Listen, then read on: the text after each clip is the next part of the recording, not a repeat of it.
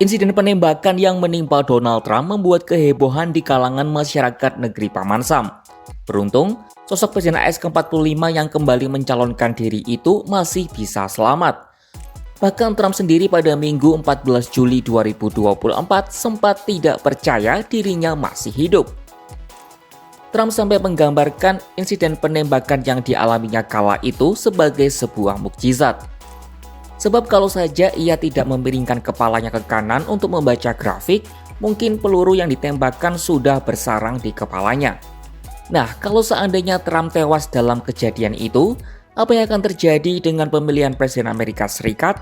Yuk kita bahas.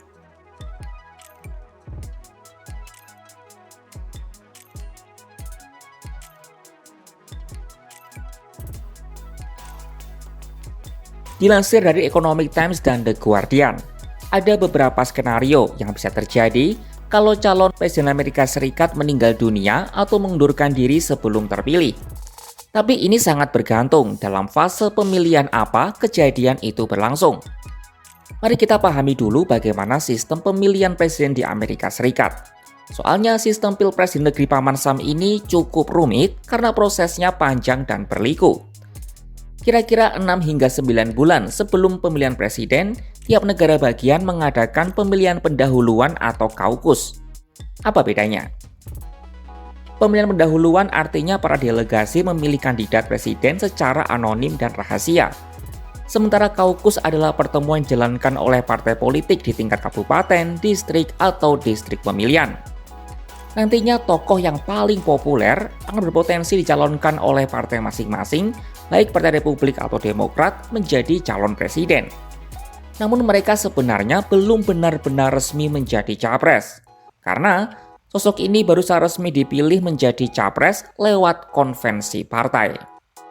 Konvensi Partai Republik berlangsung pada 15 hingga 18 Juli 2024 dengan Donald Trump hampir pasti menjadi calon presiden dari Partai Republik. Sementara konvensi Partai Demokrat akan berlangsung pada tanggal 19 hingga 22 Agustus 2024 mendatang.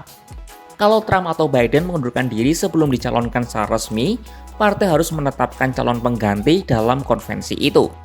Masalahnya, tiap partai tidak punya sistem pasti untuk memilih sosok pengganti. Ada kemungkinan terjadi pertarungan yang kacau, mulai dari tawar-menawar hingga transaksi gelap. Terlebih di Partai Demokrat terdapat sistem super delegasi, yakni pejabat senior yang punya suara lebih besar dibandingkan pejabat lainnya.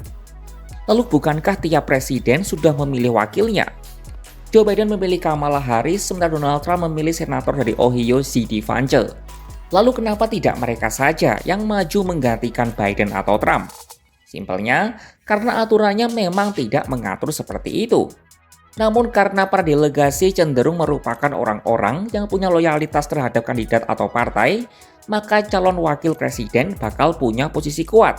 Dengan kata lain, pengganti dari kandidat Presiden Amerika Serikat yang mundur atau tewas bakal dipilih oleh partai, bukan diganti oleh wakil yang telah dipilih. Apakah kejadian seperti ini pernah terjadi dalam sejarah politik AS? Jawabannya pernah. Tepatnya pada pemilihan pendahuluan Partai Demokrat tahun 1968, saat Presiden Lyndon Johnson memutuskan mundur padahal menang di pemilihan pendahuluan. Wakil Presiden Johnson, Hubert Humphrey, kemudian dipilih menjadi calon presiden. Namun konvensi kala itu menjadi sangat kacau dan mendorong merombakan seluruh sistem pemilihan pendahuluan seperti yang dikenal sekarang. Lalu skenario kedua, bagaimana kalau capres meninggal atau mundur setelah terpilih di konvensi partai?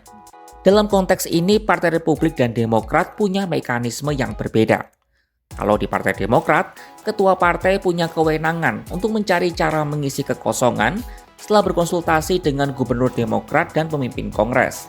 Sementara Partai Republik dapat mengadakan konvensi nasional atau memilih sendiri kandidat alternatif. Nah, ini yang unik.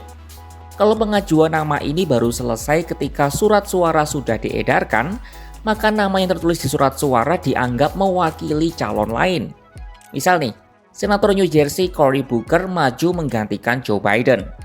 Maka, kalau di surat suara tertulis Biden-Harris, pemilih harus menafsirkannya sebagai Harris Booker.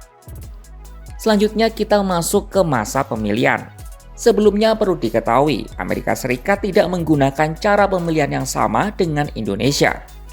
Amerika Serikat menggunakan sistem yang disebut sebagai Electoral College. Intinya, warga AS sebetulnya tidak langsung memilih Joe Biden atau Donald Trump, tapi memilih sekelompok elektor yang telah ditentukan oleh tiap negara bagian.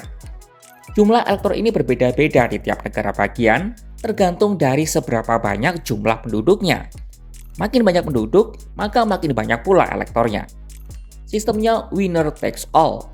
Artinya kalau misal Donald Trump sukses menang di California, maka seluruh elektor California harus memilih Trump. Nah, masyarakat akan mengadakan pemilihan pada tanggal 5 November 2024. Sementara elektor akan memberikan suaranya pada tanggal 17 Desember 2024. Kalau kandidat presiden meninggal atau mundur sebelum Electoral College, para elektor dapat memilih pengganti yang dipilih oleh partai masing-masing.